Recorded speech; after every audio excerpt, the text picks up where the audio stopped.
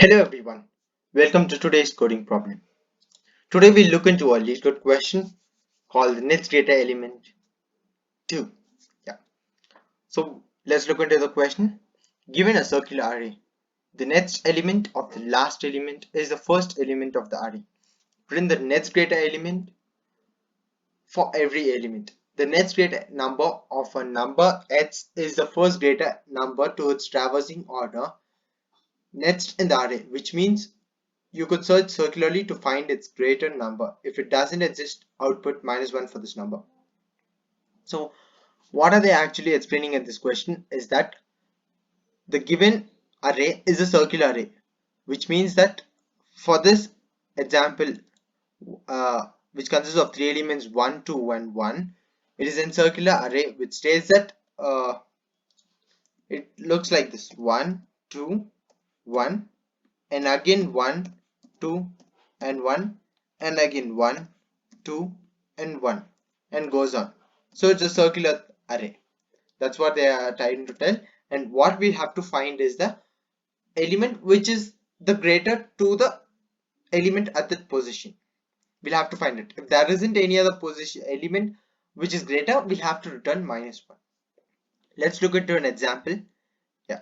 So this is the given array 1, 2 and 1, which consists of three elements, and the output is 2, -1 and 2. So the element 1, that is the next data element to 1, is 2. So we'll have to output 2. And then when we move across traverse to the array, when we move to the next element called 2, the next element, greatest element of 2 does not exist. So we'll have to return -1. And then again, when we traverse, finally reach the end, when we reach 1, the next element which is greater to it is again 2. So we'll have to return it. So this is a typical data structure problem. It requires experience to solve these. It would be a bit confusing. I hope I would be able to explain it in the best possible way.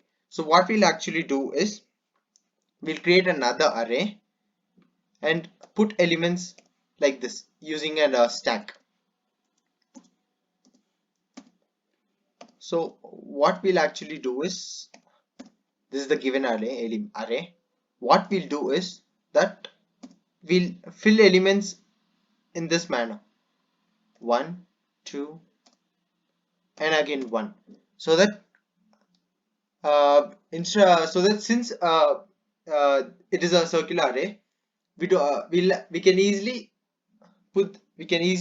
call the same elements again, and then we can find out the next possible element instead of finding using backtracking to find out the elements towards the left and right. We could use this methods. It would be a little more easier. Yeah. So if it is 1, we'll have the next element, greatest element, as 2. If the next element is 2, the next greatest element does not exist, since 2 is equal and there isn't any, so we'll have to return -1. And to 1, the next greatest element is 2. So here, using this method, we could find elements easily. Yeah. So we'll get going. So the given helper function is returns an integer array, and the given an array is passed. So we'll find the size of the array first. In size is equals to nums.length, length, and then we'll create another array called nums1 of the same size of the given array num. Yeah, size. And then what we'll do is, in the new array in nums1, we'll fill every element as -1 firstly, so that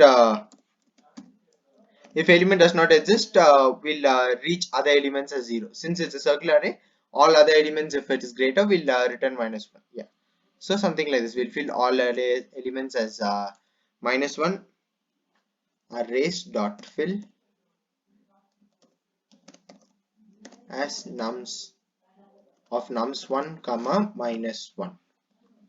Yeah. Nextly, what we'll do is we'll create a stack and push all these elements into the stack. Alright, so how do you do that? Create a stack, stack, which takes integers, integer, s is equals to new stack, and then for int I equals 0, I less than size multiplied by 2, I plus plus. The reason we are doing size multiplied by 2 is that since we are having elements 1, 2, 1, since we are repeating the elements 1, 2 and 1, yeah, so the given element is of size 3, and so we are forming an element of size 6, since so that it's circular.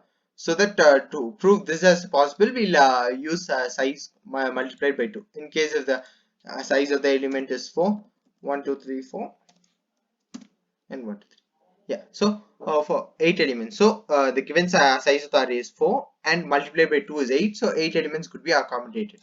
So that's the reason we are using size multiplied by 2. In case I am slow, you could always use 1.25 as a speed, so that it would be more helpful to you. I'm speaking slow is that so that everybody can understand when things are explained a bit slowly. Yeah, so nextly we'll use a while loop, and here we'll check if the stack is empty, and if the stack is empty, and if the nums dot element at the top of the stack is less than the nums of I modulo size, what we'll do is if the element is not empty, and if the element at the top of the stack is less than I modulo size, we take nums1 and pop out the element at the top of the stack and put the element of I modulo size, and then in case I is less than size, we'll push the elements to the push the indexes. Now the elements, we're just pushing the index of the element, and then finally we'll return nums1 array. Let's check if it works.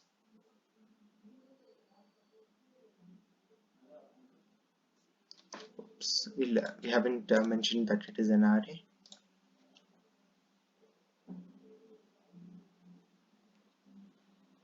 Yeah, let's give it submit. Let's check if it works. Yeah, so the runtime is